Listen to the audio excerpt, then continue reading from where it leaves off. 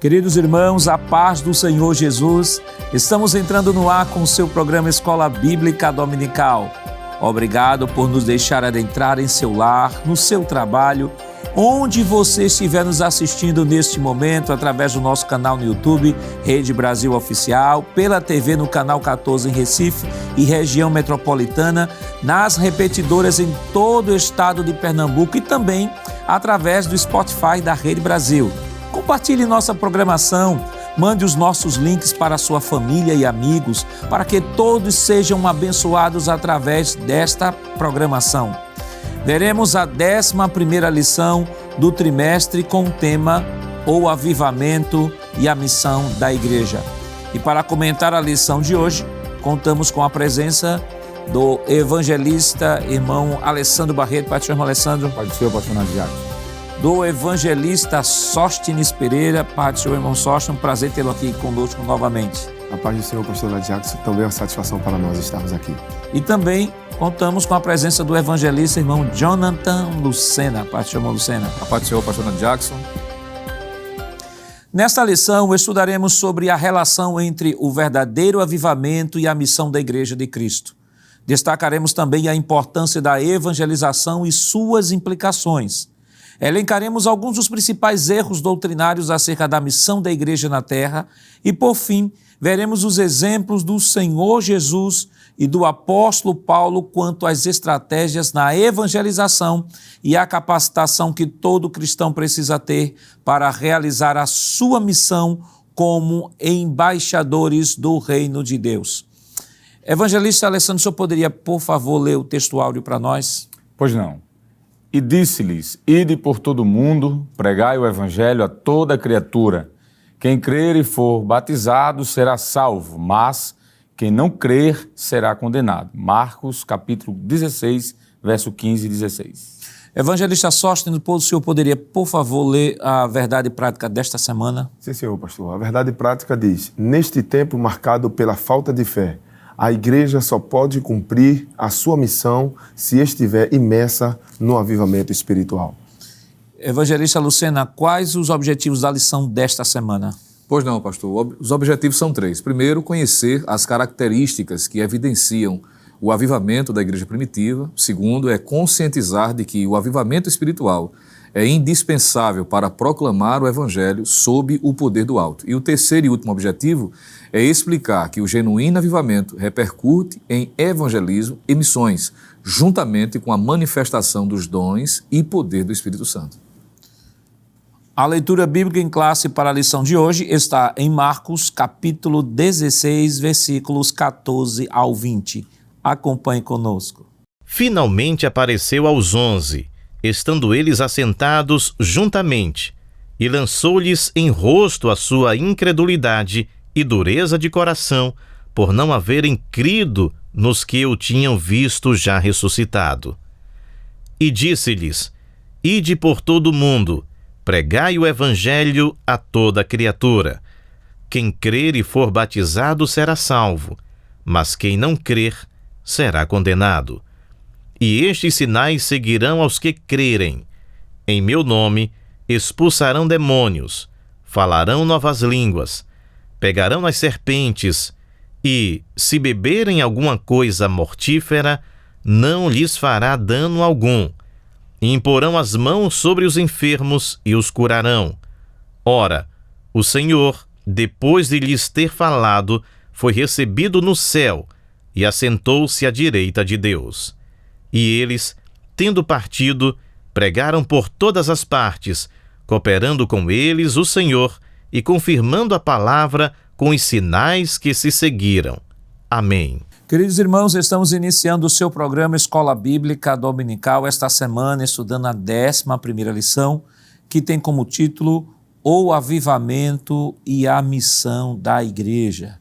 Semana passada estivemos estudando sobre o avivamento na vida pessoal, a partir do Salmo de número 63, e ali nós pudemos apresentar, discutir e estudar de que o avivamento, ele deve ser também buscado, deve ser procurado individualmente e nunca deve se ficar preocupado exclusivamente com a manifestação coletiva e sobrenatural do Espírito Santo que virá em algum momento que ninguém sabe na história da humanidade.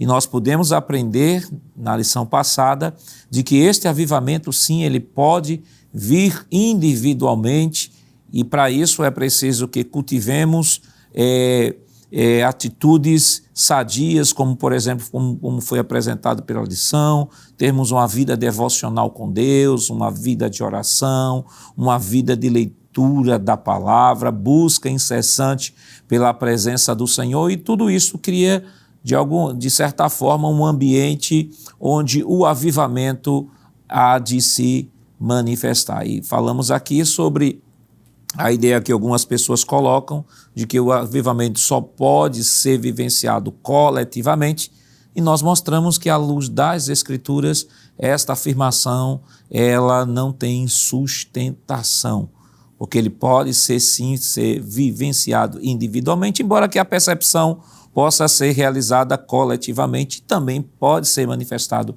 coletivamente.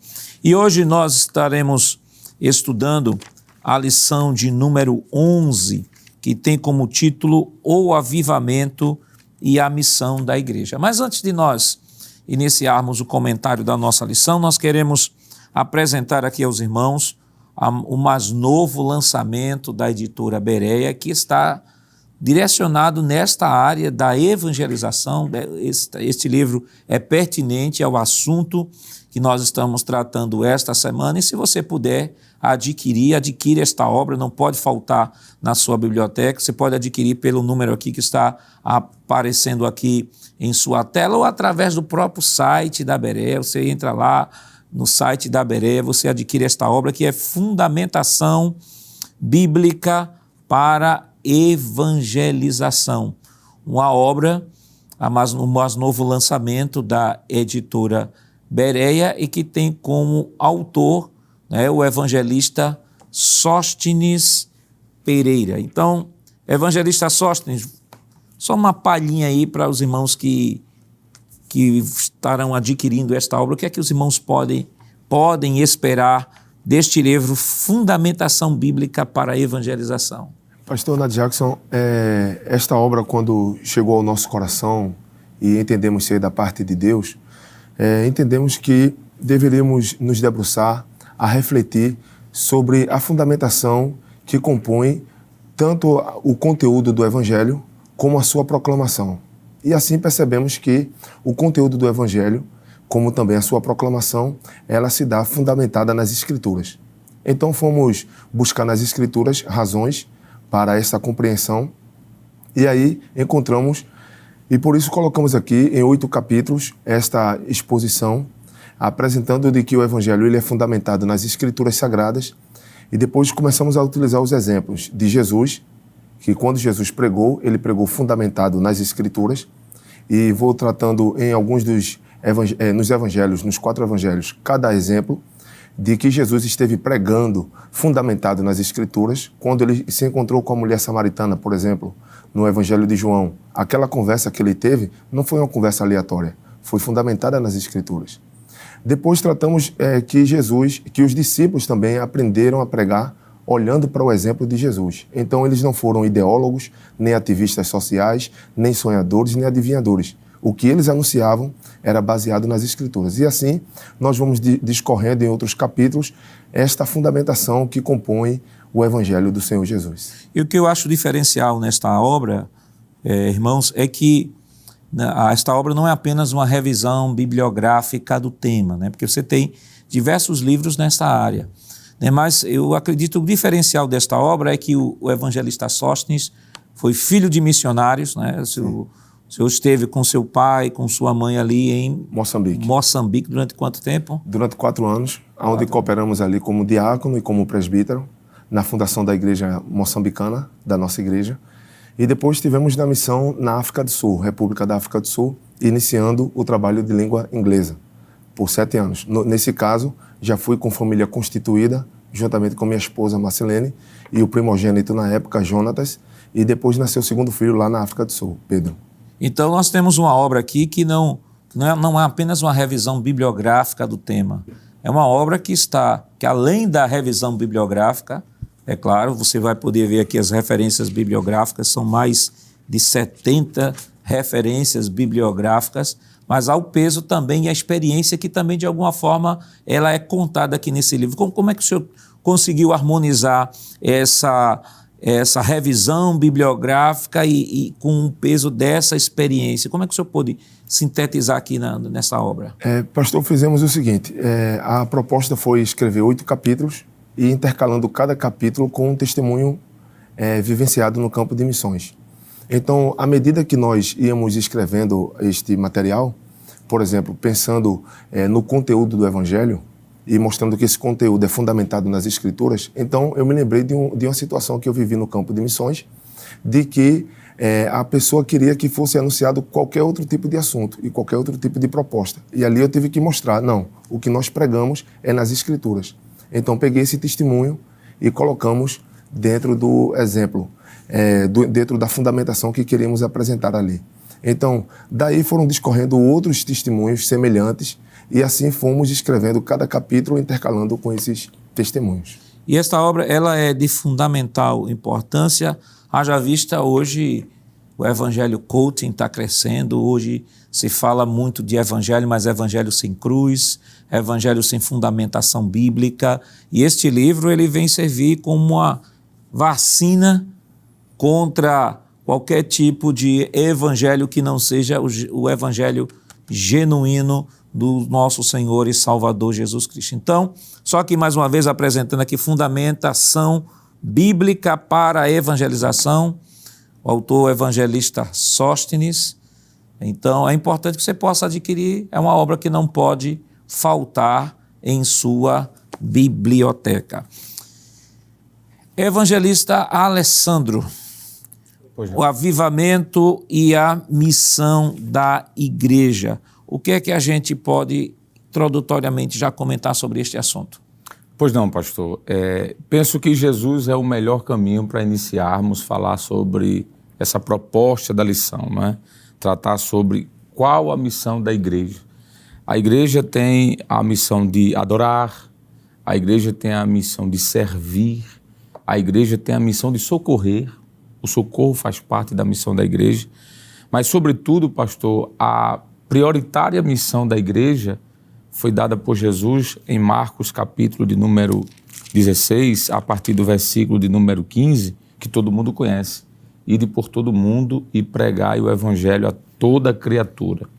Nós podemos citar Mateus também, capítulo 28, a partir do versículo 18, bem como Lucas, capítulo 24, versículo 46 em diante, e também João, capítulo 20, versículo 21. E, claro, o texto magno, né, que é Atos dos Apóstolos, capítulo 1, a partir do versículo 5 em diante. Então, a missão da igreja, diria eu que a principal missão da igreja, ela é a evangelização. Como eu já falei, a igreja, ela, como corpo de Cristo, ela tem várias funcionalidades, se assim eu posso usar esse termo.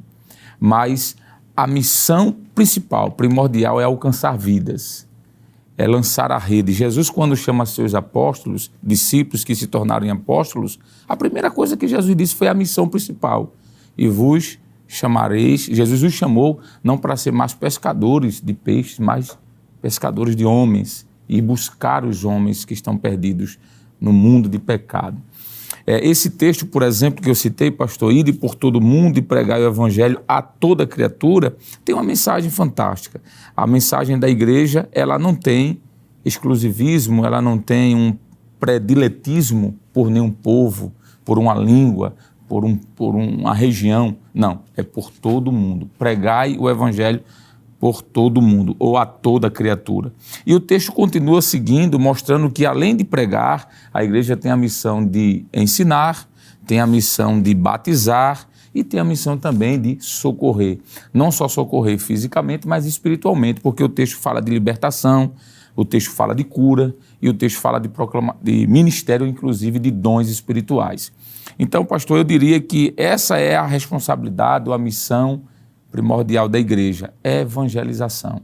É claro que vai ser citado aqui no decorrer desse programa, mas eu arriscaria falar que, baseado em Atos dos Apóstolos, quando nós vamos ver Jesus falando dessa dimensão dessa responsabilidade, a gente vai perceber que ela não fica restrita, como eu falei no início, apenas a Jerusalém. Mas a mensagem era em Jerusalém, Samaria e até os confins da terra, né? Então essa sim seria introdutoriamente a fala que poderíamos abrir essa lição, pastor Nadir Jackson. Vamos para o primeiro tópico da nossa lição, o avivamento após a ressurreição de Cristo. E aí o autor faz toda a descrição, né, sobre o desânimo dos discípulos, a aparição de Jesus aos discípulos e o avivamento após a ressurreição. Evangelista Sóstenes, o Evangelho de Marcos, capítulo 16, versículos 14 ao 20, é o evangelho que não só, como o evangelista falou aqui, não só reafirma a missão da igreja, e a igreja ela é constituída exclusivamente com esta grande missão. Jesus disse, olha, prega o evangelho a toda criatura. Claro, a igreja ela tem a missão educadora, a igreja também tem uma missão social, a igreja tem a missão de promover o ministério da edificação, promover o ministério da reconciliação. Tudo isso está incluso na missão da igreja. Agora, a igreja ela é constituída, e até a própria definição do termo eclesia, né? Eles foram chamados para fora, né? Chamados para levar esta palavra. Então, o Evangelho de Marcos, que é o texto base da nossa lição, é um texto que fundamenta muito bem esta verdade, e não só esta verdade da proclamação do Evangelho, mas também a verdade dos sinais que viriam na proclamação deste Evangelho. E aí, por que eu coloco dessa forma? Coloco dessa forma porque, por exemplo, algumas pessoas, nós temos aqui ao longo desse trimestre estamos estudando sobre avivamento e vimos alguns exemplos do Antigo Testamento sobre avivamento. É bem verdade que aconteceu de fato o avivamento no Antigo Testamento, isso é fato. Só que existem pessoas que ficam apenas circunscritas apenas ao Antigo Testamento, quando esquecem que, na realidade da igreja ou da nova aliança, o avivamento ele vem justamente para proporcionar à igreja a realizar a sua missão. Logo, por exemplo, e esses sinais seguirão os que creem, versículo 17, esses sinais seguirão os que creem, meu nome expulsarão demônio, falarão novas línguas, pegarão nas serpentes, se beberem alguma coisa mortífera, não lhes fará dano algum. Isso não são, e assim por diante, isso não são coisas acessórias, são coisas que foram prometidas pelo Senhor. Mesmo o Senhor que mandou pregar a toda criatura, é o mesmo Senhor que disse, olha, vocês vão pregar, mas eu vou dar a vocês ferramentas necessárias para que vocês realizem esse testemunho com autoridade e com poder. Então, não tem como falar de missão da igreja sem falar destes sinais e sem falar deste avivamento. Sim, senhor pastor. Eu gostaria de fazer uma pontuação. Pois não. Antes, criando o link do comentário que foi feito pelo evangelista Alessandro, que é possível que em casa ou em sala de aula, algum professor encontre aquele aluno que seja curioso nas escrituras e procure encontrar o termo missão nas escrituras. E esse termo propriamente missão, ele não vai encontrar nas escrituras, porque é um termo moderno na história do cristianismo. Ele vem surgir a partir do século XVII. A reforma acontece no século XVI, e logo em seguida começam as missões, e a igreja aí vai aparecer fazendo também a sua participação evangelística. Então é um termo latim que não tem o seu original nas escrituras sagradas.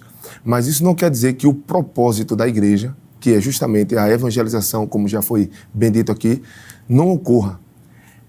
Dito isto, pastor, gostaria de apresentar a seguinte percepção, que os sinais que acompanham a igreja nesse querigma, nessa proclamação, detalhe, a proclamação que tem um resultado. Não é simplesmente um alarido, não é simplesmente fazer barulho, mas é uma proclamação bem elaborada que ela vai trazer um resultado. E que resultado é esse? De aceitação à mensagem ou de rejeição à mensagem. Um resultado de absolvição de uma bênção ou de uma maldição. a pessoa vai escolher entre a morte e a vida. Então, esse conteúdo do Evangelho, por si só, ele é poderoso, porque Marcos, no capítulo 1, versículo 14, vai dizer que este Evangelho é de Deus. E ele sendo de Deus, essas boas novas, só pelo fato de pertencer a Deus, então ele tem um conteúdo que Paulo, entendendo aos Romanos, capítulo 1, versículo 16, ele diz que é o poder de Deus. Então, sendo este poder de Deus, ele sendo oriundo de Deus, então ele vem para o homem sendo uma proclamação que está além. Tem um momento no capítulo 4 da obra que cooperamos na confecção, que dizemos o seguinte, que o Evangelho ele é caracterizado por uma mensagem superior. E por que é superior? Porque ele não vem propor celular, casa nova, carro novo, embora Deus faça isso. Perfeito. Mas a prioridade do Evangelho é propor perdão de pecado, vida eterna, adoção e constituir o homem como templo e morada do Espírito Santo. Então, para que essa mensagem seja percebida por este homem, então Deus vai fazer alguma coisa no aspecto material, físico, para que esse homem entenda, isso aqui foge da esfera humana. E assim ele faz, curando, libertando, transformando vidas. Evangelista Lucena, voltando aqui, ainda continuando aqui, que eu acho essa parte, capítulo 16, é essencial para o desenvolvimento do assunto que está sendo trabalhado na lição hoje. O capítulo 16 fala dos sinais que acompanharão aqueles que creem, e é a igreja indo evangelizar, a igreja indo pregar, e esses sinais acompanhando aqueles que vão pregar. Isso se justifica até pelo fato de que o próprio Senhor Jesus, aí voltando agora a Atos 1:8, disse, olha, vocês vão receber virtude que há de descer sobre vocês. E qual é a finalidade dessa virtude? Para vocês serem minhas testemunhas, tanto em Jerusalém, Judeia, Samaria e até os confins da terra. Uma vez o pastor Ezequias, ele disse que a igreja já nasceu pentecostal. A igreja ela é inaugurada em Atos 2 e já nasceu recebendo o batismo no Espírito Santo e falando línguas. Então, não tem como dissociar avivamento de evangelização, porque algumas pessoas pensam, por exemplo, falam de avivamento, é por isso que nós falamos sobre que se vai circunscrever a discussão apenas ao Antigo Testamento. Diz, não, olha, avivamento tem que ter arrependimento de pecados, isso também o Novo Testamento fala. Avivamento tem que ter confissão de pecados, isso também o Novo Testamento fala. Avivamento tem que ter choro, pranto, o Novo Testamento também fala disso. Só que, diferentemente do Antigo Testamento da Nova Aliança, você não vê nenhum avivamento no Antigo Testamento seguido de batismo no Espírito Santo. Você não vê avivamento no Antigo Testamento seguido de dons espirituais, porque isso é realidade da igreja da nova aliança. Então, embora que todas estas promessas sejam dadas à igreja para que ela possa usar como ferramentas na propagação do Evangelho, não quer dizer também que toda vez que ela vá pregar, aconteça isso, né? Porque as pessoas dizem, cadê que os demônios não estão sendo mais expulsos? Cadê que os milagres não estão acontecendo? Mas uma coisa é fato, a promessa é dada, Deus está realizando isso esteve realizando ao longo de toda a história, está realizando na igreja hoje, e nós não podemos descartar, principalmente Marcos capítulo 16, como se fosse algo que não tivesse importância e nos focássemos apenas na defesa do avivamento à luz do Antigo Testamento. Perfeitamente, pastor. Essas considerações que já foram feitas, não é? Fica bem claro, primeiro, à luz do Novo Testamento, principalmente, de que a igreja ela foi separada, ela foi estabelecida com esse propósito de evangelizar. O desejo, a iniciativa, a disposição em cumprir esta missão automaticamente se dá por pessoas que tiveram a sua experiência marcada, avivadas. O senhor estava fazendo menção do tópico primeiro, por exemplo, inclusive o tópico faz menção de que o avivamento ocorre na vida dos discípulos em um momento até decisivo, porque é relacionado na lição que eles estavam desanimados, não é? E isso pode ser visto com medo dos judeus, a portas fechadas, e o Senhor, após a sua ressurreição, ele apresenta-se e traz essa restauração. O que a gente pode utilizar como um termo relacional, como um avivamento para aqueles discípulos. E a partir de então, recebe então a renovação daquilo que o evangelista Alessandro já tinha feito menção, de que eles deveriam ser pescadores de homens. A partir dessa experiência e, consequentemente, em razão de eles colocarem isso como prioridade, e o próprio Jesus dizer em Atos capítulo 1, versículo 8, de que a agenda principal da igreja era a evangelização, só que não de todo jeito, eles precisaram receber o poder do Espírito Santo, o batismo com o Espírito Santo, para fazer com que este trabalho fosse realizado de forma eficaz. E quando nós falamos de forma eficaz, como o senhor pontuou, não necessariamente, por exemplo, como alguém quer criticar, principalmente os críticos do movimento pentecostal, querendo fazer menção, por exemplo, de que deixaram de ter alguns sinais como se Deus tivesse deixado de ter a capacidade de fazer, quando na verdade não é isso. Em uma outra lição já foi feita menção de que existem ações extraordinárias de Deus, que elas só podem entrar em evidência quando as pessoas, ao ouvirem a mensagem, a proclamação do Evangelho, elas de fato acreditem nisso. O próprio texto diz, em Marcos 16, de que estes sinais seguirão aos que crerem. E alguém pode dizer assim, não, mas está em Marcos, capítulo 16. E eu não vou entrar aqui no mérito, né, dos críticos textuais, mas isso ocorre em todo o Novo Testamento. O que não dizer, por exemplo, pastor Nado Jacques, quando Jesus, em Nazaré, na cidade onde ele havia crescido, o texto, o bíblico vai dizer, por exemplo, que ele não ali fez milagres que gostaria de fazer. Por quê? Porque faltou capacidade nele, faltou competência? Não, porque as pessoas não acreditaram. Então existem sinais, milagres, operações que estão relacionadas ou condicionadas ao crer. Agora, a igreja está pregando, a igreja está anunciando, e na medida em que essa mensagem é anunciada, o efeito está sendo realizado. O próprio Senhor disse através do profeta Isaías que a palavra que sai da sua boca não volta vazia. Não é? Então o homem está sendo confrontado, ele está sendo, não é, confrontado com a mensagem do Evangelho. Agora existem sinais específicos que não dependem necessariamente só de quem prega, mas de quem ouve a mensagem também. Então a gente precisa trazer à lembrança essas pontuações.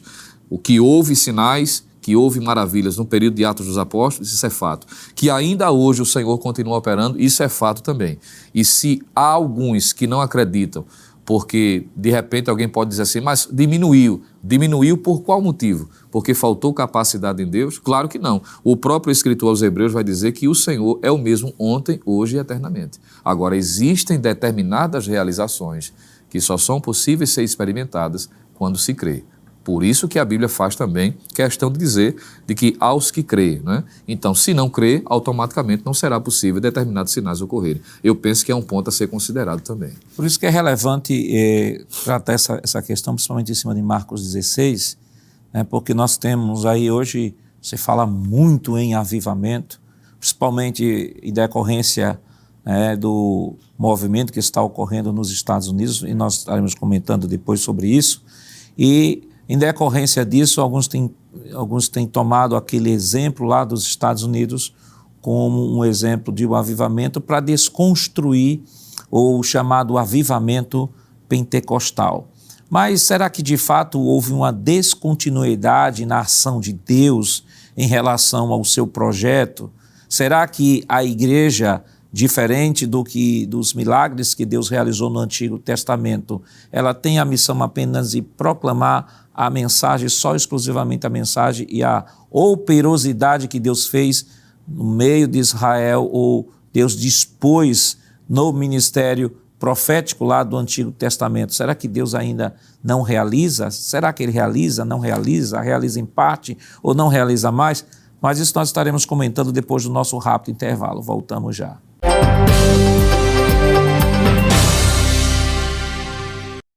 Queridos irmãos, estamos de volta em seu programa Escola Bíblica Dominical, esta semana estudando a 11ª lição, que tem como tema o avivamento e a missão da igreja. No bloco passado, ou no bloco anterior, nós estávamos comentando, né, o primeiro tópico de nossa lição. Comentamos um pouco sobre o texto de Marcos capítulo 16, versículos 14 ao 20, e eu queria ainda, evangelista Alessandro, voltar ainda com Marcos 14, mas pode dizer assim, mas pastor, por que o senhor está insistindo tanto em Marcos 14? E nós vamos explicar. Estamos insistindo com Marcos 14, porque aqueles que falam contra o pentecostalismo, da contemporaneidade dos dons espirituais, eles vão dizer que Marcos 14 não pode servir como fundamento para a nossa doutrina, porque dizem que de Marcos 14, do versículo 9 ao versículo 20, não consta em alguns originais e, em decorrência disso, não pode ser utilizado como um texto que fundamente o falar em línguas, o pregar sobre pegar nas serpentes, beber alguma coisa mortífera e tal. Só que aí há um detalhe e é um problema muito sério. Porque, por exemplo, eles dizem que o texto de Marcos 14, 9 ao 20, é um texto como se fosse uma inserção. Não está nos melhores originais, foi inserção. Só que nessa inserção está a mesma grande comissão de pregar o evangelho a toda criatura que Mateus, que o senhor citou, Mateus, Marcos, João, inclusive o próprio Lucas em Atos dos Apóstolos, capítulo 1, versículo 8. Como é que nós podemos, evangelista Alessandro, os professor que está nos acompanhando, de repente pode ser que tenha algum aluno que diga assim, olha, mas eu li um comentário bíblico que dizia que não pode ser considerado Marcos 9 a 20, 9, versículo 9 ao versículo 20 de Marcos 14 como fundamento da doutrina. Então, como é que a gente pode responder essa argumentação? Pois não, pastor, só fazendo um adendo, eu penso que o senhor quis dizer Marcos 16 do 14. Né? Isso, desculpa. É porque o senhor repetiu Marcos 14, mas ficou claro que era os versículos 14. É porque eu estou olhando aqui o 14 aqui da lição, 14 e a 20 é o versículo aqui da lição. Marcos 16. Pois não, pastor. Essa argumentação, pastor, ela não tem fundamentação bíblica e ela se esvai quando a gente vai analisar outros textos bíblicos. Por exemplo, Atos capítulo 1. Jesus prometeu aos discípulos de que eles receberiam poder. Vocês vão receber o dunamis. O capítulo 1 de Atos é uma das últimas promessas de Jesus. E aquele dunamis ali era o poder para o evangelismo, que inclui também a operacionalidade de milagres. A gente vai ver Pedro sendo usado por Jesus, pelo Espírito Santo, depois da palavra de Jesus, curando. João, a gente vai ver o próprio Filipe, não é? Paulo, o apóstolo Paulo, milagres acontecem ao longo do livro de Atos dos Apóstolos, atestando que aqueles milagres eram sim, de fato, reais na vida dos apóstolos. Querer argumentar de que esse texto de Marcos 16, do capítulo 16, versículo 14 em diante, foi um acréscimo, pastor, é uma argumentação muito, me permito usar um termo, eu quero ter cuidado para não ser escravo da minha fala, mas é muito perigoso fazer isso. É certo que em alguns textos mais antigos, esses versículos, de fato, alguns teóricos da alta crítica demonstram de que eles não aparecem. Em outros textos aparecem. Então, quando a gente olha, por exemplo, para o ministério de Jesus, nós vamos ver Jesus evangelizando, ensinando e pregando, e nesse tríplice aspecto do seu ministério, as curas aparecem. Então, digamos que, de fato, esses versículos do 14, Marcos 16, do 14 ao 20, de fato não existissem aqui, nos mais antigos originais, vamos dizer. Mas o que falar dos outros milagres que aparecem antes da ascensão de Jesus e depois da ascensão de Jesus?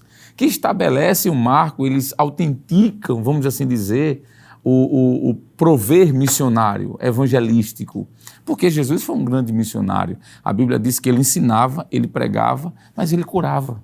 E foi aquilo que ele fez que ele disse, eu vou passar para a igreja, eu vou passar para vocês. É como se Jesus estivesse passando o bastão para os discípulos. E como eu falei, a partir de Atos 1 para frente, a gente vai ver a manifestação de prodígios, coxos que vão ser curados, não é? Pessoas que vão ser ressuscitadas. Quando a gente olha, por exemplo, para a história, pastor, já que a gente também pode usar a história como fundamentação, não somente a Bíblia, existem fatos históricos narrados por diversos teóricos, inclusive, pastor, é bom dizer, teóricos cessacionistas, né? Aqueles que são de linha teológica diferente da nossa, que aqui ou acolá eles vão atestar que desde o século I até hoje aconteceu em vários lugares manifestações de milagres. E o senhor falou sobre cessacionista, a gente preparou aqui umas lâminas. Pois não. Por favor, coloquei uma lâmina, próxima lâmina aí, por gentileza, sobre esse tema. Aí nós temos 3 visões acerca da contemporaneidade dos dons espirituais. Isso. Primeiro, nós temos aí o grupo cessacionismo, que é o que o senhor mencionou. Pois não. Ou o outro também, descontinuísmo, e o terceiro, continuísmo. Vamos lá para o cessacionista ou o grupo cessacionismo. Próxima tela. O senhor pode ler, por favor? Pois não, pastor. Cessacionismo é a visão na qual se formula que parte dos chamados dons do Espírito Santo, apesar de terem sido de fundamental utilidade e importância nos primórdios da igreja cristã, cessaram de existir ainda no período da igreja primitiva. Essa argumentação aqui é justamente aquilo que nós estávamos falando, pastor. É óbvio que quando nós olhamos para os evangelhos e para o livro de Atos, nós vamos encontrar aí os primeiros 60, 65 anos da história, digamos assim, depois de Cristo. E nesse período, nós vamos encontrar diversos fatos de milagres, de prodígios. Só que após isso, nós vamos ver Paulo, por exemplo, escrevendo aos Coríntios, quando ele escreve sua carta aos Coríntios, ele fala dos dons de curar. E as cartas de Paulo é posterior a essa data, aproximadamente em 65, não é? E a igreja não somente recebeu aqueles escritos de Paulo e vivenciou, mas essas cartas circularam. E como eu falei, aqueles que criam, porque o texto diz, aquele que crê for batizado será salvo, mas quem não crê será condenado. E o seguinte versículo diz, estes sinais seguirão aos que crerem. Pastor, até hoje existem pessoas que estão crendo no Evangelho. Então isso se perdura pelo longo da história. Essa argumentação, como já foi dito, foi refutada na lição, acho que 2 semanas anteriores, acho que foi a lição de número 9, não foi isso? A lição 9 foi 8, quando foi mostrado ao longo da história de que existem comprovações históricas, não somente bíblicas, que provam que esses dons de milagres e prodígios que atestaram a chancela da igreja, eles sempre existiram, pastor. Vamos para a próxima tela. Nós falamos sobre os cessacionistas, mas há um grupo também chamado de descontinuísmo ou cessacionismo moderado. O senhor pode ler, por favor? Pois não. Visão que defende que alguns dons continuam como eram no Novo Testamento, outros cessaram e outros continuam em parte. Isso aqui é a continuação. É algo, o próprio termo diz, moderado. É o cessacionista moderado, que alguns, pastor, em vez de chamarem de descontinuísmo, chamam de desvanecentismo, a ideia de que está desvanecendo, está apagando. Começou lá no auge, mas foi apagando e hoje quase não existe. É uma argumentação também que não passa no crivo histórico, nem muito menos bíblico, né? Então vamos para a próxima tela. Próxima tela, continuismo. E aí, bem destaca em letras garrafais, exato. Nossa visão. E aí, com bem gosto. É a visão bíblica de que todos os dons mencionados nas Sagradas Escrituras estão disponíveis hoje à igreja. E aí há textos como Romanos 12, 1 Coríntios capítulo 12, também Efésios 4 e 1 Pedro capítulo de número 4, pastor. Isso aqui é maravilhoso porque a gente está vendo textos fora o Evangelho, né? Pós-evangelhos. Quando digo evangelho, me refiro aos 4 primeiros livros do Novo Testamento, que tratam dessa manifestação dos dons. E eu diria mais, pastor, reforçando a questão do continuismo, a visão bíblica e a visão histórica, a visão pessoal. Nós conhecemos pessoas, pastor, que têm experimentado curas. Perfeito. Não é assim? Não tem como negar, é uma questão idiosincrática, pessoal, é daquela pessoa. Ainda hoje nós presenciamos, por exemplo, nesses dias de simpósio de doutrinas bíblicas, testemunhos maravilhosos de pessoas que foram curadas. Inclusive curas visíveis de imediato, curas que foram comprovadas depois, mas curas que aconteceram, pastor, no momento. Eu estava conversando com um dos professores da STADEB, ele contou algo maravilhoso, que chamou as pessoas para orarem e pedindo cura a Deus, curas milagrosas, e veio uma senhora de cadeira de rodas sendo empurrada por parentes. Ele ficou meio assim, mas chamou, é bíblico, né? E o professor orou. E quando ele terminou de orar, aquela mulher estava em pé, andando sem a cadeira de rodas. E ele ficou assim, meio que extasiado com aquilo, e os parentes chegaram para ele e disseram, fazia mais de 10 anos que ela não andava. Glória a Deus. Isso é hoje, é agora. O que fazer, então, para negar esse fato histórico e também ocular, testemunhos oculares? E o que eu acho mais interessante, evangelista Sóstenes, é o seguinte, é que as duas visões anteriores, que uma vai dizer, olha, parte ficou lá e hoje Deus não faz mais, e essa aqui que vai haver a anterior, né, que vai dizer que, olha, parte Deus fez, outras Deus modificou e outras já não existem mais. Agora, o que eu acho mais interessante é a argumentação. Você pergunta assim, pronto, tá certo, ok, eu posso acreditar no que você está dizendo, mas qual é a fundamentação que você me traz para que você possa me dizer que isso que Paulo escreveu direcionou exclusivamente a igreja? Porque, por exemplo, há um problema muito grande, que Paulo escreve, por exemplo, 1 Coríntios 14, seguir o amor e procurar com zelo os melhores dons. Bem, aquilo ali é só para a igreja de Corinto ou é para a igreja contemporânea? Não, mas é porque esses dons de revelação, por exemplo, da relação de 1 Coríntios 12, isso foi na época da igreja porque o cânon ainda não estava fechado. Quando o cânon fechou, não precisou mais. Mas onde é que está escrito isso? De que os dons estavam atendendo apenas a uma demanda por conta do cânon que ainda não tinha fechado. E outro detalhe, Paulo deixa claro que esses dons de 1 Coríntios 12 eram dons críveis de julgamento, diferente do cânon, diferente da carta que o apóstolo Paulo escreveu, diferente da carta que Pedro escreveu. Era a revelação de Deus, era a inspiração. Mas os dons espirituais manifestados à igreja eram passíveis de crivo. Paulo diz assim, todos podeis profetizar, um após os outros, e os outros julguem. Então, não há sustentação, não há como ter uma argumentação bíblica, porque se Deus deu à igreja, e isso está registrado na palavra, e Deus tenciona que aquilo seja uma realidade apenas para aquela época, o próprio Deus apontaria no texto bíblico de que aquele fato só está restrito para o primeiro século. É interessante, pastor, porque ao ouvir o senhor, ouvir o evangelista Alessandro, eu fico a refletir sobre o predelitismo que eles têm. Escolherem, selecionarem o que é e o que não é, o que é atual e o que não é. Porém, quando olhamos para as Escrituras, não encontramos nenhum texto. Pelo contrário, o que nós encontramos, o que está escrito, e é a nossa fundamentação de fé, de crença, é justamente isso. Porque quando lemos na primeira epístola do apóstolo Paulo aos Tessalonicenses, ele diz, não me extingais. Então quer dizer, não pode diminuir a chama do Espírito Santo. Se formos na proposta de que alguns vão dizendo que ele vai diminuindo essa ação até os dias de hoje. Quando nós olhamos para Efésios, nós vemos o apóstolo Paulo estimulando, dizendo, sejais cheios do Espírito. Então, não existe nenhum tipo de abordagem bíblica que venha fundamentar, a não ser um pensamento filosófico de alguém, uma construção argumentativa, para selecionar o que deve ser e o que não deve ser aceito.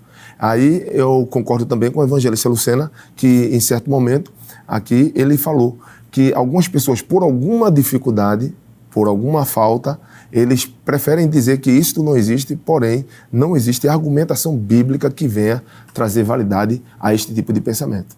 E aí, irmão Luciano, eu lembrei agora aqui que uma vez, durante essa semana mesmo, o irmão disse assim, olha, pastor, a gente está falando sobre avivamento,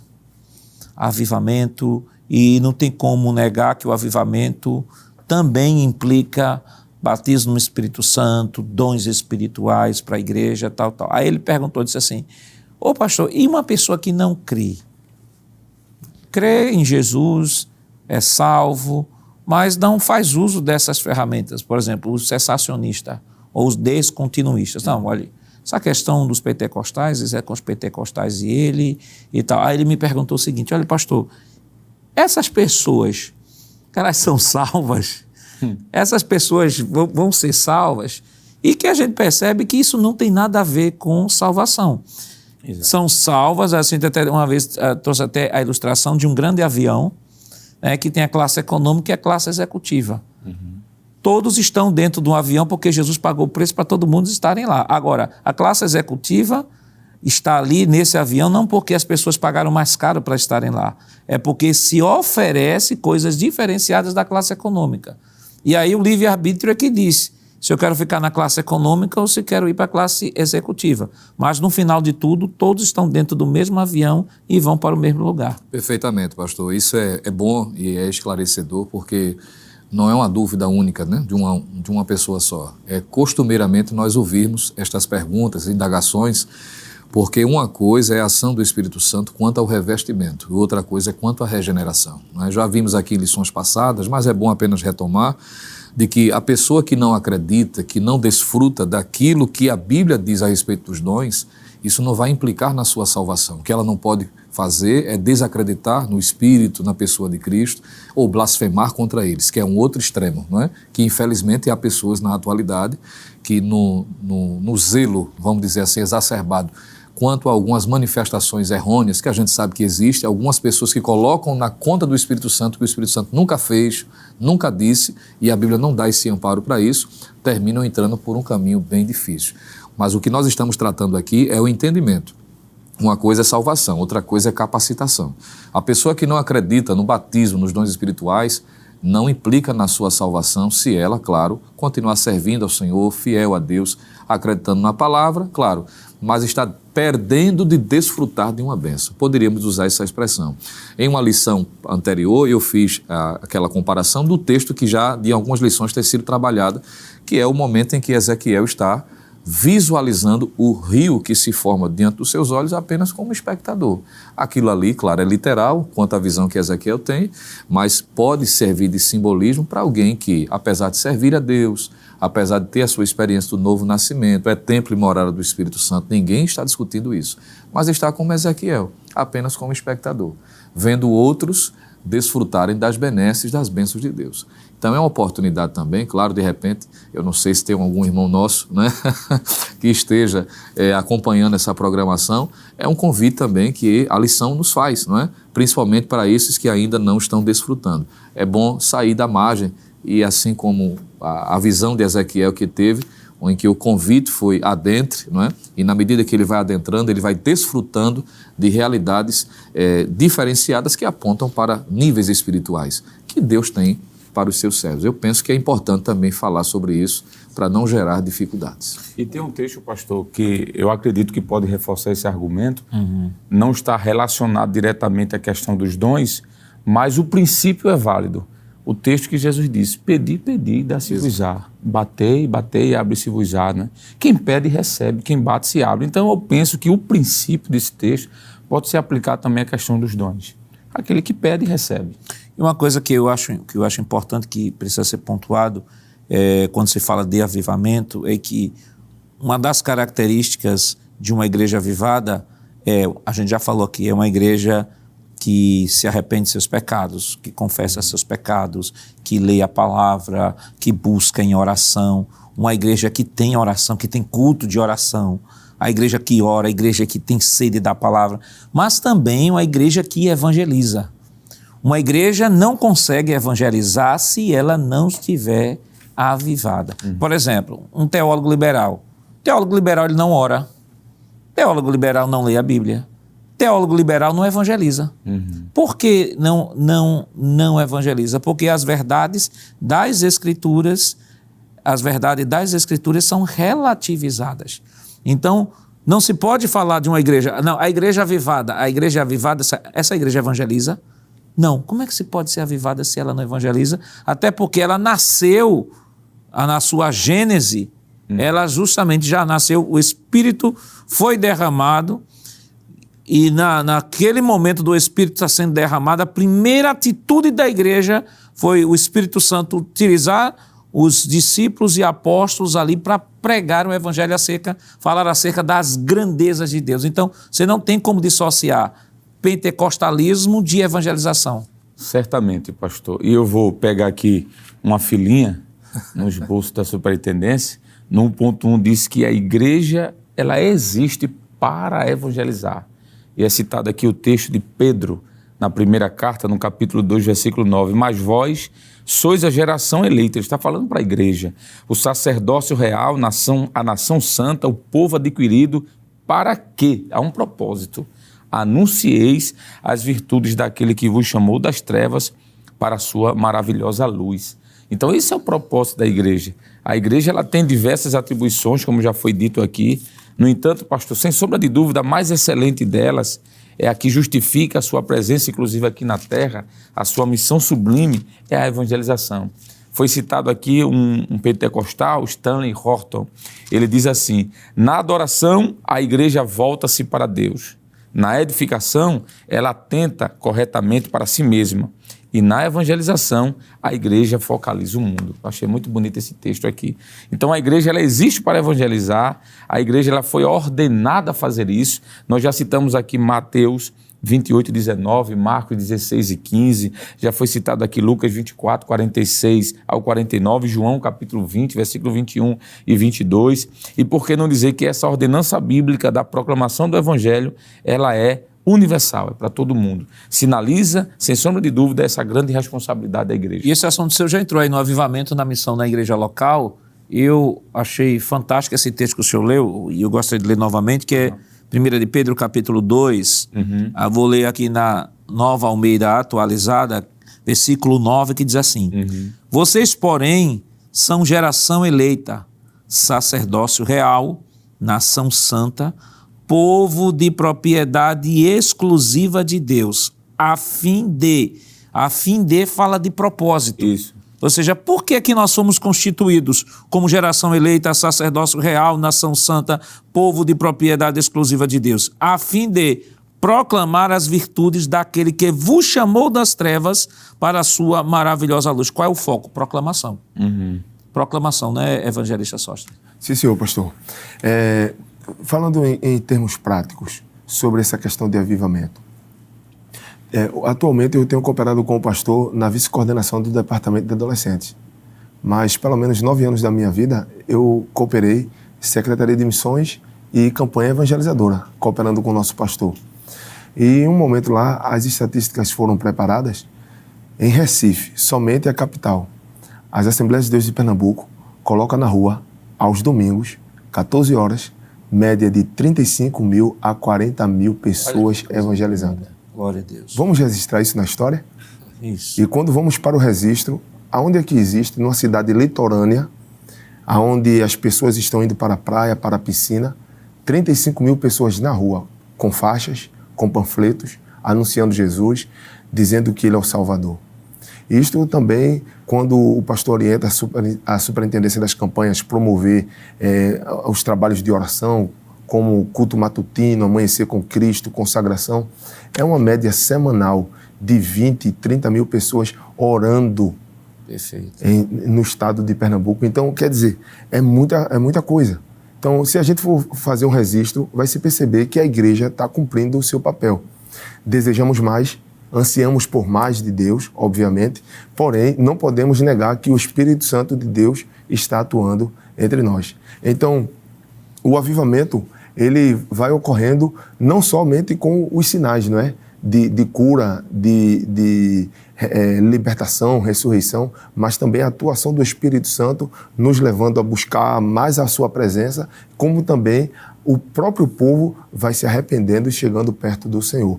Tem um texto, pastor, na primeira epístola de Tessalonicenses, capítulo 1, o versículo 5, que eu achei interessante aqui para citar.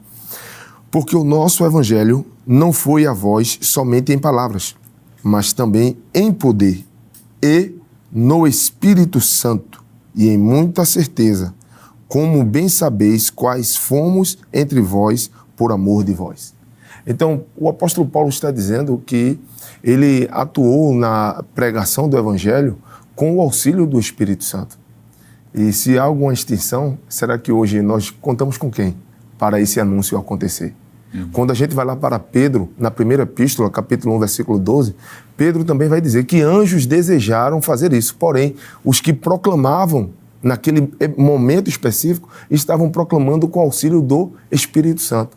Então, hoje, nós também contamos com esse auxílio e esse avivamento, ele vai acontecendo tanto em proporções locais, como regionais, como também transculturais, né? Indo além da nossa cultura, anunciando, mas não é de outra forma. Não é porque nós pensamos aqui numa mesa e dizemos, estrategicamente aqui, a igreja é uma multinacional e precisamos alcançar alguns lugares.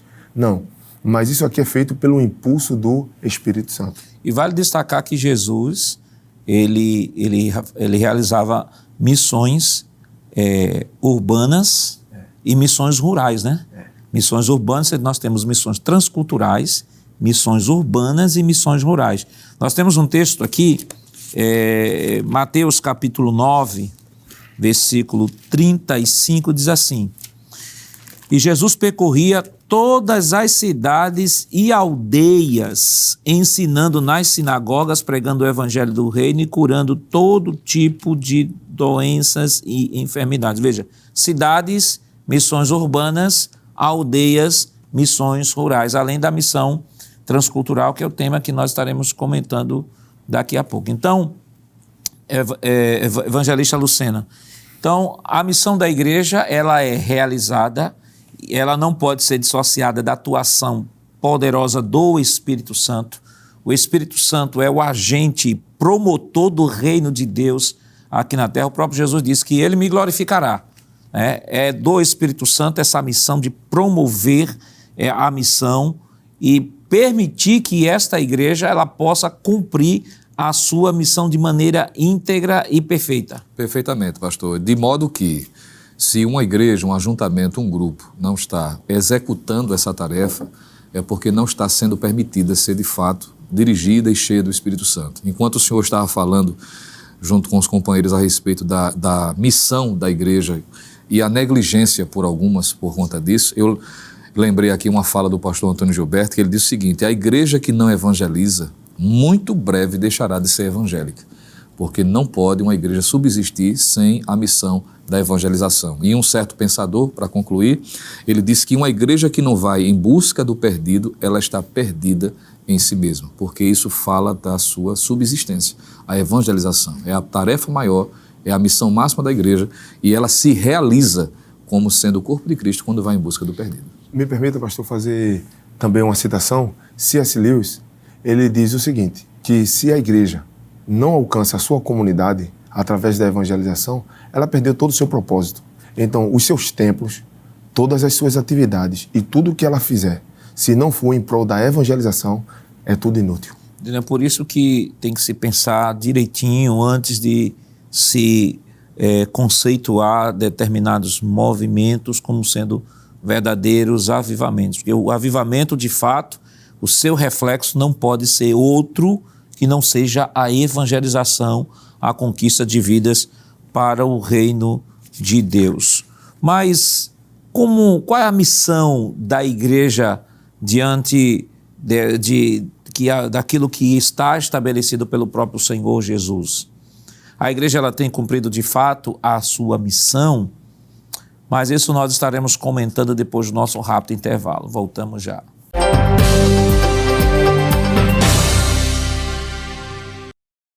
Queridos irmãos, estamos de volta para o último bloco do seu programa Escola Bíblica Dominical. Nesta oportunidade, estudando a 11ª lição, que tem como título O Avivamento e a Missão da Igreja. E no bloco anterior, nós estávamos comentando sobre o segundo tópico da nossa lição, sobre o avivamento na missão da igreja local. Eu gostaria que apresentasse a próxima tela, por favor. Estaremos falando sobre a tríplice missão da igreja. E, evangelista Alessandro, nós temos aí dentro desse gráfico, comumente, boa parte da literatura que fala sobre igreja, eclesiologia, vai tratar alguns conceitos do Novo Testamento. Vai falar da tríplice missão da igreja, que é a koinonia, querigma e diaconia. O que é que a gente pode rapidamente comentar sobre esse tópico? Pois não, pastor. Esse tríplice aspecto da igreja primitiva é o modelo, digamos assim, do que hoje a igreja tem feito também. O que seria a koinonia? Comunhão. O texto de Atos diz que os irmãos, no início da igreja, tinham tudo em comum. E essa comunhão, essa koinonia, fortaleceu certamente o evangelismo. A igreja chegou tão longe, na época do primeiro século, por conta da comunhão que havia entre os irmãos. Ter tudo em comum, e aqui fala, pastor, por exemplo, de contribuição. Alguém que tem tudo em comum, alguém que tem koinonia, ele investe, por exemplo, na obra da igreja. E aqui já vai ligar o próximo ponto, que é o querigma, que é a pregação do evangelho. Os irmãos investiam para que essa mensagem chegasse a outros lugares, a proclamação das boas novas, não é? E em seguida, um ponto está ligado ao outro. Quando há koinonia, há investimento. Para quê? Para que o evangelho seja pregado. E se há investimento, há a diaconia, o serviço. A igreja estava a serviço do reino. Atos capítulo 2 em diante, nós vamos ver isso aqui estampado, pastor. A koinonia, querigma e diaconia. Havia comunhão, nessa comunhão havia a participação da comunidade, havia, claro, comunhão fala também de culto e etc., mas eu quero focar mais no aspecto evangelístico da palavra, né? Comunhão no sentido de estarem juntos com um propósito só, de levar a mensagem, por mais que saibamos que a igreja vai sair, digamos, das 4 paredes em Atos 8, não é? Depois da grande perseguição. Mas isso é basicamente o modelo, pastor.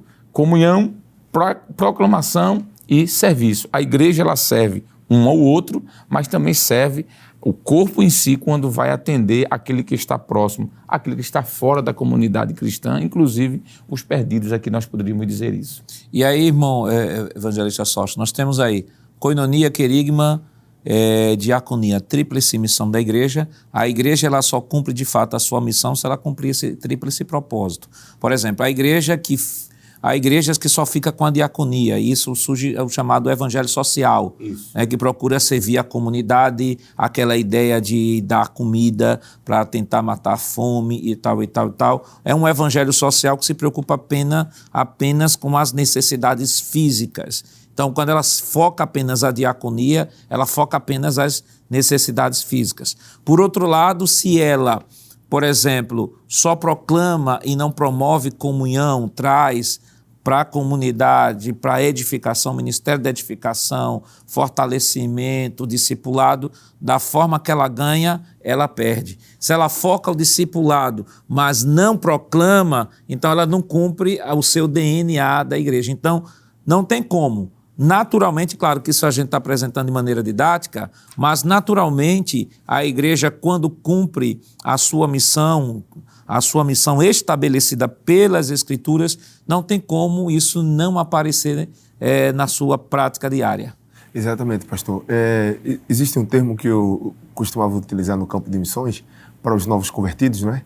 Porque alguns ficavam tendenciosos a olhar a igreja conforme a sua própria percepção. E eu costumava dizer o seguinte, que a igreja ela não é paralítica. Ela não anda só com uma perna ou só com um braço. Perfeito. Ela é integral. E aí é um ponto de reflexão, né? A missão integral da igreja não é simplesmente o cuidado físico, como alguns propõem, como sendo o ponto primário. Mas a missão integral da igreja está justamente em compreender esta questão da reconciliação que promove esta comunhão e a proclamação que é resultado desta reconciliação, e logo em seguida vem esta diaconia, que é este serviço. Até porque essa ideia que o senhor colocou aí da missão integral da igreja, né, ela acabou, essa terminologia acabou sendo sequestrada pelo evangelho social, né? Exatamente. Então, quando se fala de missão integral da igreja, se fala justamente de promover a satisfação social, de lutar, inclusive até defender, né, a invasão de terras, etc. Tudo.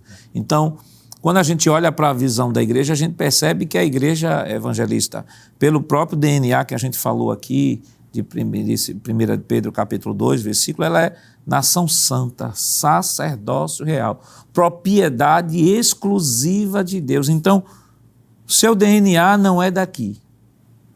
É uma igreja que está aqui para cumprir a sua missão, mas existe um prazo de validade, existe um tempo específico, por isso que ela é caracterizada nas Escrituras, e os cristãos são caracterizados como peregrinos e forasteiros. Exato, pastor. Essa fala, ela vai contradizer o que é considerado, inclusive foi colocado no esboço da superintendência, como conceitos errados a respeito da missão da igreja.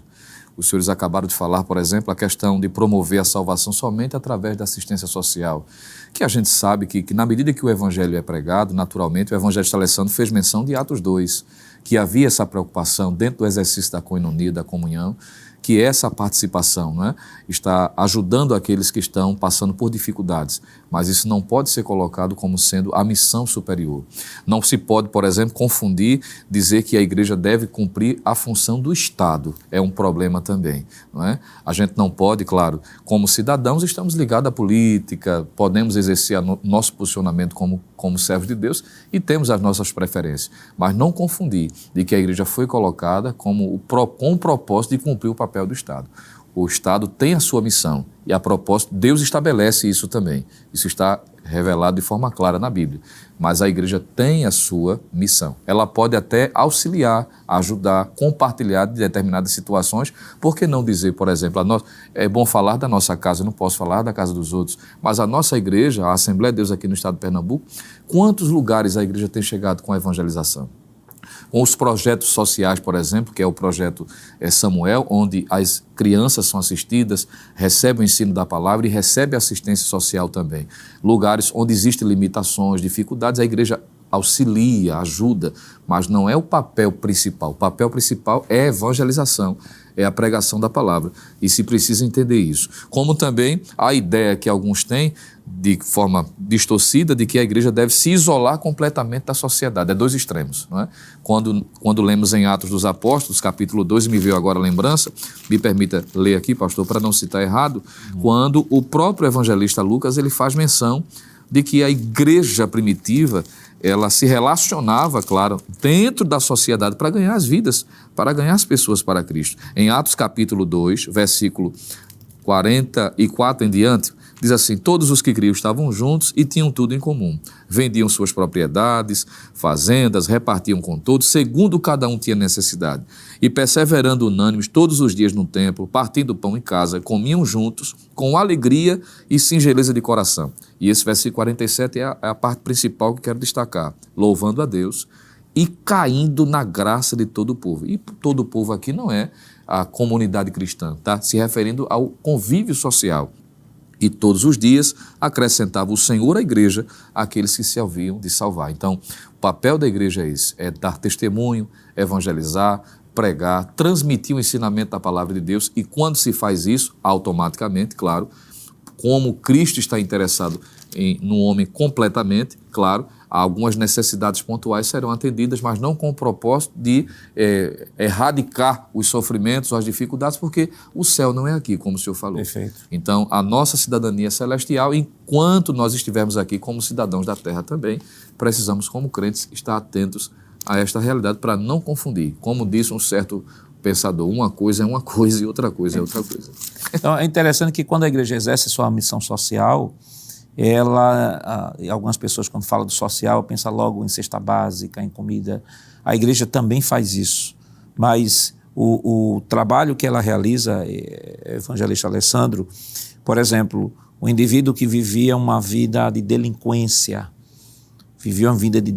ele aceita o evangelho transforma o cara. A custo zero, o indivíduo que vivia na delinquência recebe um nome, cidadão, deixa de dar problema ao Estado, o Estado deixa de gastar com ele por conta da delinquência, da depredação, da baderna, dos problemas que ele podia causar à sociedade. Por quê? Porque ele agora é uma nova pessoa em Cristo Jesus. Então, o poder do Evangelho realiza também essa missão social da igreja, de quanto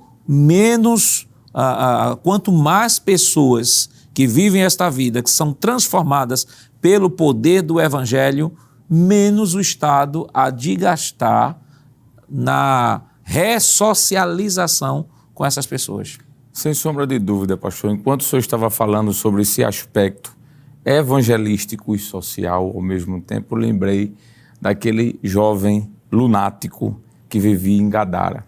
Quantos prejuízos aquele homem não trouxe à sociedade? O texto diz que ele foi preso várias vezes e quebrou grilhões. É possível que ele tenha depedrado, é possível que ele tenha violentado, tenha espancado pessoas. Isso é um prejuízo à sociedade. Aí Jesus vai lá com a campanha evangelizadora de Nazaré. Aí chega lá, prega o evangelho para aquele jovem, aí o homem que estava louco, nu, quebrando tudo, pichando, fazendo o que não prestava, vai estar em sã juízo e diz: Jesus, eu quero ir contigo. Aí Jesus disse: eu vou para outra missão e você vai ficar aqui. E há quem diga, pastor, que ele foi um dos primeiros missionários naquela região ali. Então isso é um trabalho social, quando você alcança a pessoa e liberta essa pessoa. Por que não mencionar os trabalhos, pastor? Grandes trabalhos de evangelismo nos hospitais, por exemplo. Nós sabemos que existe uma carência na área da capelania, por exemplo, da assistência religiosa em hospitais, em escolas, em presídios, e os irmãos exercem esse ministério, se eu posso usar o nome ministério. Por que não citar presídios, pastor? Manicômios. Eu tive a oportunidade, como dirigente de campanha, e muitas vezes para presídios evangelizar, em manicômios, em hospitais. E você vê pessoas, eu já encontrei pessoas na rua, no shopping, que eu nem lembrava mais, ela me cumprimentou com a paz do Senhor. Eu disse, a paz do Senhor. Eu disse, amém, meu irmão. O senhor lembra de mim? Eu disse, meu irmão, me desculpe, mas não lembro não. Eu sou aquele que estava lá no presídio, que os irmãos evangelizaram e eu me converti. Isso é um serviço social. Uma pessoa que está presa, respondendo pelos seus delitos num presídio, e ela sai e não retorna mais lá por conta da proclamação do evangelho que chegou até ela, pastor, como o senhor falou, é um custo a menos para o Estado. Isso é um serviço social. Nós temos o hábito de colocar na cabeça de que o serviço social é apenas a entrega de cestas básicas ou de roupa, né? Isso também é, mas não apenas. Quando nós evangelizamos, como Jesus fez, no exemplo já citado, com certeza a obra social é feita e o evangelismo em parceria. Me permita, pastor, uma palavra na questão prática disso aí. Devido à experiência na superintendência das campanhas, esse trabalho social ele tem sido feito de forma muito ampla pela igreja, tanto evangelizando nos hospitais, como também nos presídios. Isso. E também diversas cruzadas que a igreja tem feito, alcançando as comunidades. Semanalmente, a superintendência tem programado cruzadas que vão de terça a sábado. Sábado, duplica a cruzada, porque alcança o domingo, já que no domingo não temos cruzada, então fazemos até o sábado 2 cruzadas. E o que é que acontece? É média mínima de 500 pessoas no meio da rua, pastor. Todos os dias. Outro dia eu estive numa cruzada em plena terça-feira. Terça-feira, dia de trabalho, comércio, pessoas correndo e a igreja fazendo essa atividade e vidas aceitando Jesus, 18, 20 pessoas. Muitas vezes encontramos pessoas que eram ex-presidiários, com tornozeleira ainda. Irmão Sóstenes, estamos assistindo a programação, continue orando por nós. Batizados no Espírito Santo, ciclo de oração acontecendo, vigílias acontecendo lá dentro do próprio presídio. Então é uma grande obra que a igreja de fato tem feito. Então nós temos aí a nossa próxima tela, né? Koinonia, querigma, diaconia, e ali entrou a martiria, que fala do testemunho, né, evangelista? Testemunho diante da comunidade, a ponto de dar até a sua própria vida pelo evangelho. Exatamente, pastor. Aqui nesse slide nós podemos ter uma visão um pouco mais ampla da missão da igreja, porque como já foi bem falado aqui, a koinonia, aqui é a comunhão, querigma, a proclamação, e a diaconia, o serviço. E agora entrou a martiria, seria assim a pronúncia, né? Então, a martiria, ela vem justamente cumprir aquilo que Jesus diz. Eu vou tentar falar em português e em grego ao mesmo tempo aí, dizendo o seguinte: e ser-me-eis martiria para mim. É isso que Jesus está querendo dizer. Vocês serão testemunhas ao ponto de, se for necessário, sofrerem e sofrerem prejuízos físicos, danos sociais, morais, por minha causa. Vocês vão sustentar esse testemunho. Então, esse testemunho se dá justamente pela proclamação da igreja, tanto aqui como ali e além. Jesus vai dizendo em relação a Jerusalém, a Samaria, a Judéia e até os confins da terra.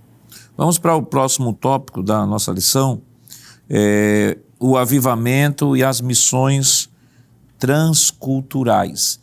A primeira igreja missionária, subtópico 1, evangelização e decadência espiritual da Europa e clamor pelo avivamento espiritual. Eu queria pedir a próxima tela, por favor, apresentar aqui a próxima tela, que ela vai trazer uma visão, já que o primeiro tópico vai basear-se em Atos capítulo 1, versículo 8.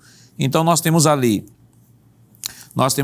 Atos, aquela promessa, né, de Atos 1 e 8, ser-me-eis testemunhas em Jerusalém, Judéia, Samaria, até os confins da terra. Então, nós vemos isso em todo o livro de Atos dos Apóstolos, evangelista Lucena.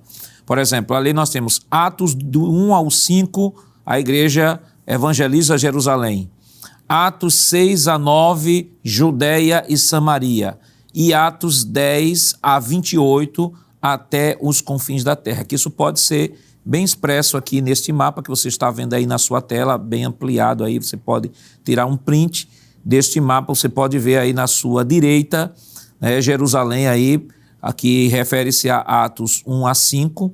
Você tem Samaria, que está aí com esse círculo azul, Atos 6 a 9, Judéia e Samaria, e Atos 10 a 28, até os confins da terra. E, de fato, a igreja cumpriu seu propósito, porque o epicentro da profecia é Atos 1 e 8, é Jerusalém.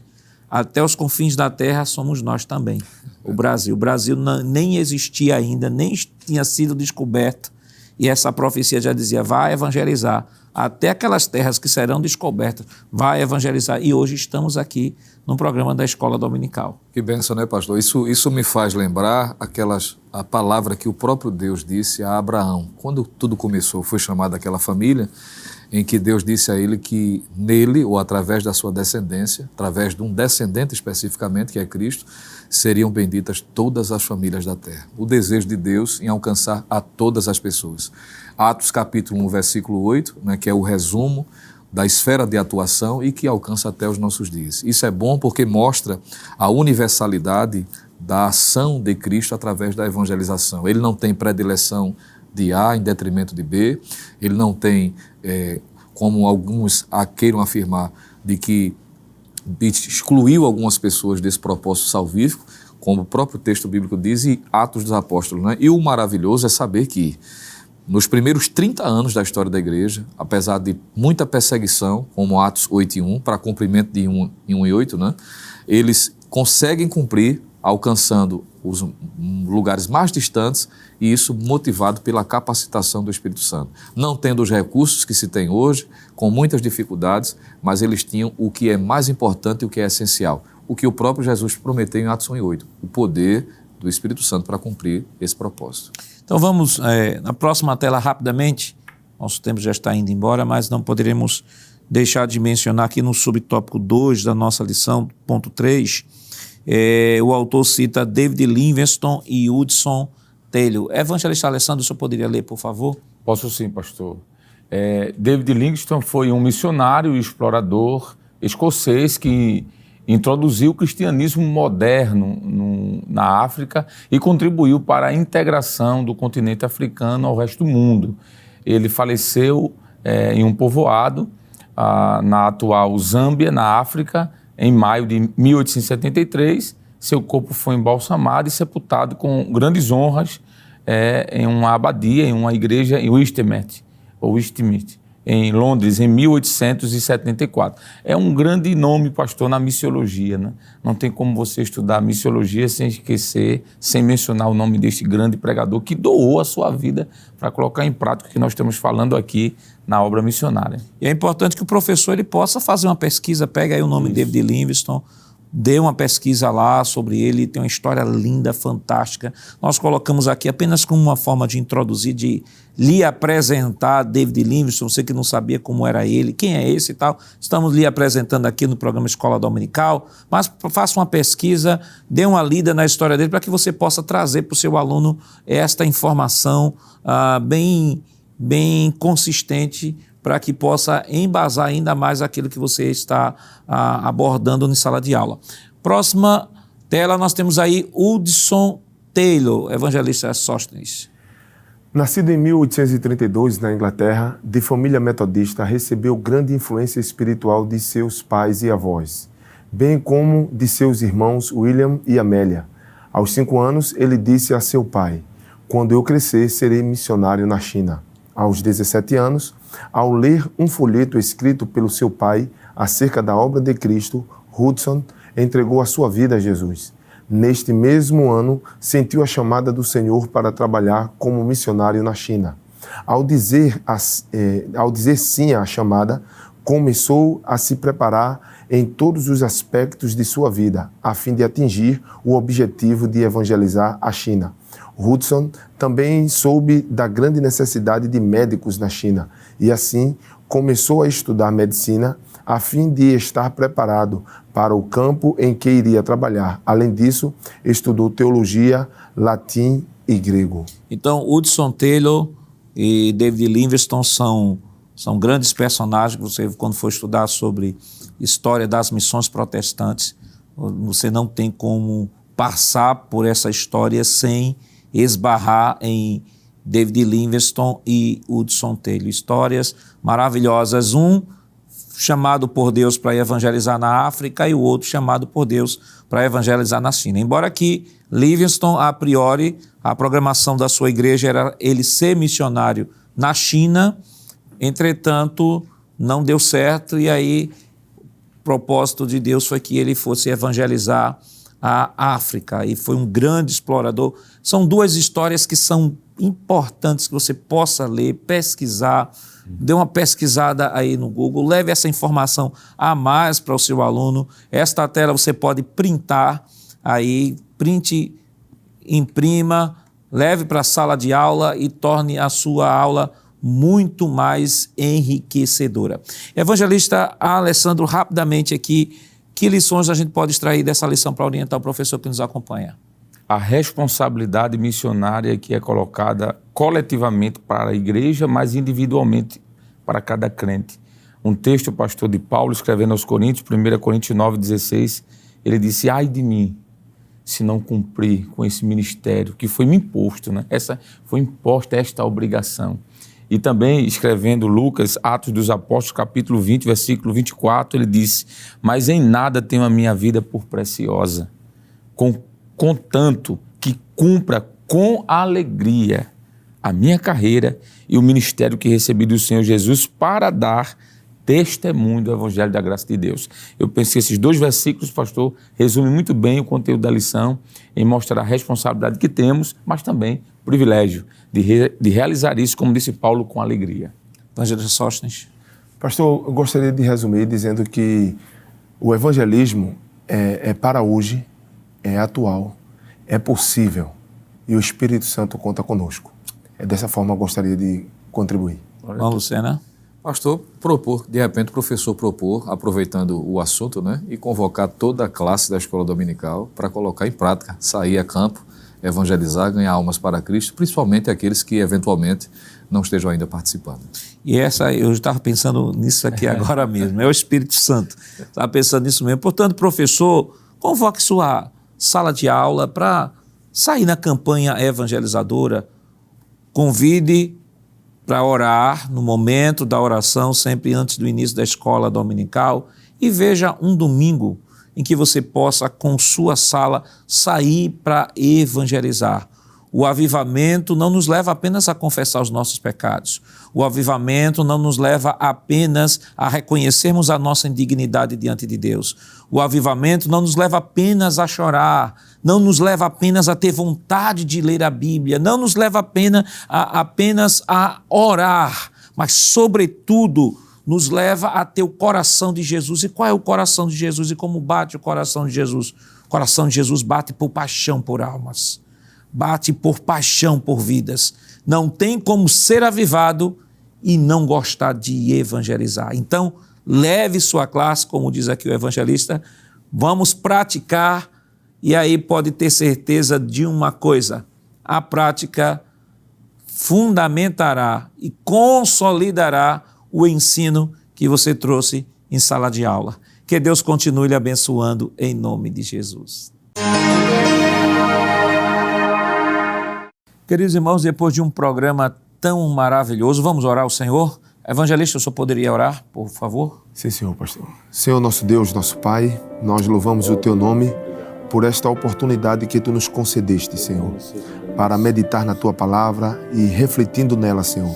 Entendemos que somos impulsionados pelo Teu Espírito Santo para crer nas promessas que estão escritas na Tua palavra, Senhor, para atuar, Senhor, conforme as orientações de Jesus. E assim nós Te pedimos, Senhor, que em pleno século XXI, Senhor, numa sociedade tão modernizada, Senhor, nós possamos ter a atuação do Teu Espírito Santo para pregar a Tua palavra e, vivendo este avivamento, Senhor, anunciar a Tua palavra aos perdidos. Nós cremos assim e Te pedimos a Tua capacidade sobre cada professor. Continua abençoando o nosso pastor, a cada dirigente de escola dominical e cada professor e cada aluno. Assim nós oramos em nome de Jesus. Amém. Chegamos ao final deste programa. Hoje estudamos a 11ª lição com o tema O Avivamento e a Missão da Igreja. Na próxima semana, estudaremos a penúltima lição desse trimestre com o título Vivendo no Espírito. O programa Escola Bíblica Dominical vai ao ar na TV toda sexta às 21h30 e no sábado às 16 horas. Também está disponível no formato de podcast no Spotify e em nosso canal no YouTube, Rede Brasil Oficial.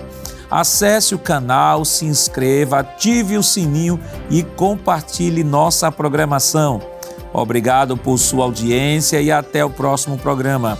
Que a graça do nosso Senhor Jesus Cristo, o amor de Deus nosso Pai, a comunhão do seu Santo Espírito estejam com todos hoje e para todos sempre. Amém.